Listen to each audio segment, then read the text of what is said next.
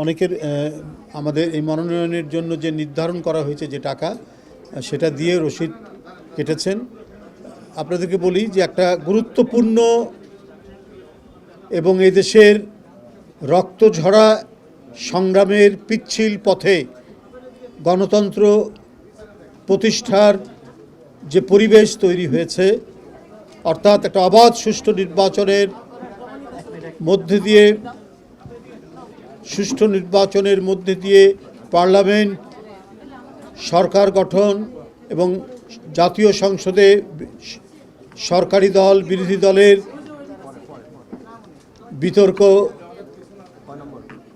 সহ গণতন্ত্রের জন্য যে শর্তগুলি অপরিহার্য সেই শর্তের চর্চা অব্যাহত রাখার প্রচেষ্টা এবং অঙ্গীকার এবারের নির্বাচন, জাতীয় সংসদ নির্বাচন, যেটি ইতিমধ্যেই অনুষ্ঠিত হয়েছে 12ই ফেব্রুয়ারি, এবং পার্লামেন্টের যে প্রাণবন্ত ডিসকাশন এবং বিতর্ক অব্যাহত আছে, যেটি গণতন্ত্রের মূল শক্তি,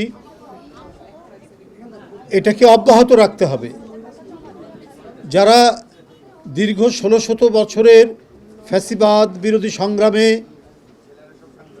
অংশগ্রহণ করেছেন, নিপীড়ন নির্যাতন সহ্য করেছেন, অনেকের সন্তান অদৃশ্য হয়ে গেছে, এখনও পাওয়া যায়নি, অনেকে বিচার বহির্ভূত হত্যার শিকার হয়েছেন, এক ভয়ঙ্কর পরিস্থিতির বিরুদ্ধে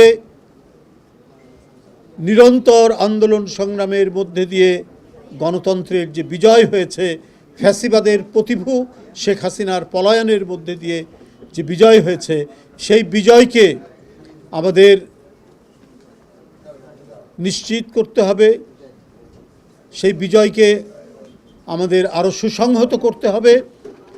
সেই ধারাবাহিকতায় নির্বাচনী প্রক্রিয়ার যে কতগুলি অংশ, জাতীয় সংসদ নির্বাচন ইতিমধ্যে হয়েছে, সরকার গঠন হয়েছে, এখন জাতীয় সংসদে অর্থাৎ ত্রয়োদশ জাতীয় সংসদ নির্বাচনে নারীদের জন্য যে সংরক্ষিত আসন, সেই আসনে নির্বাচনের যে প্রক্রিয়া, সে প্রক্রিয়া শুরু হয়েছে নির্বাচন কমিশনের তফসিল ঘোষণার মধ্যে দিয়ে।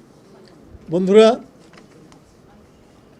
এই নির্বাচনী প্রক্রিয়া দলের পক্ষ থেকে সম্পন্ন করার জন্য আমরা আজ থেকে দলের মনোনয়ন ফর্ম আমরা এই কার্যালয় থেকে শুরু করছি, বিতরণ আমরা শুরু করছি। আমাদের সারা দেশ থেকে মহিলা নেতৃবৃন্দ এসেছেন। এই মহিলা নেতৃবৃন্দ যারা গত 16-17 বছরের সংগ্রামে তাদের অনেকের নিদারুণ দুঃখ, কষ্ট, বেদনার মধ্যে দিয়ে জীবন কেটেছে, নিপীড়ন, নির্যাতন, মিথ্যা মামলা এবং কারাবরণ। এই যে আমার বাম পাশে বসে আছে এবং আমার বাম দিকে, ডান দিকে, সামনে যারা দাঁড়ানো আছেন, তারা কেউ নিস্তার পাননি শেখ হাসিনার ভয়ঙ্কর দুঃশাসনের ছোবল থেকে। কারাগারে গেছেন আমাদের সুলতানা আপা, আপনাদের মহিলা দলের সাধারণ সম্পাদক, তাকে রিমান্ডে রাখা হয়েছে, তারপরে দীর্ঘদিন তাকে কারান্তরীণ করে রাখা হয়েছে। এইভাবে প্রত্যেকেই কম বেশি নিপীড়িত, নির্যাতিত হয়েছে। সুতরাং আপনাদের যে প্রত্যাশা, সেই প্রত্যাশার থাকবেই। আপনারা দলের মনোনয়ন ফর্ম সংগ্রহ করতে এসেছেন, আপনাদের প্রাণের একটি আকুতি আছে, সবাই স্বতঃস্ফূর্তভাবে এটা নিয়ে যাবেন এবং দলের যে পার্লামেন্টারি বোর্ড, সেই বোর্ড সিদ্ধান্ত নেবেন সব কিছু বিবেচনা করেই।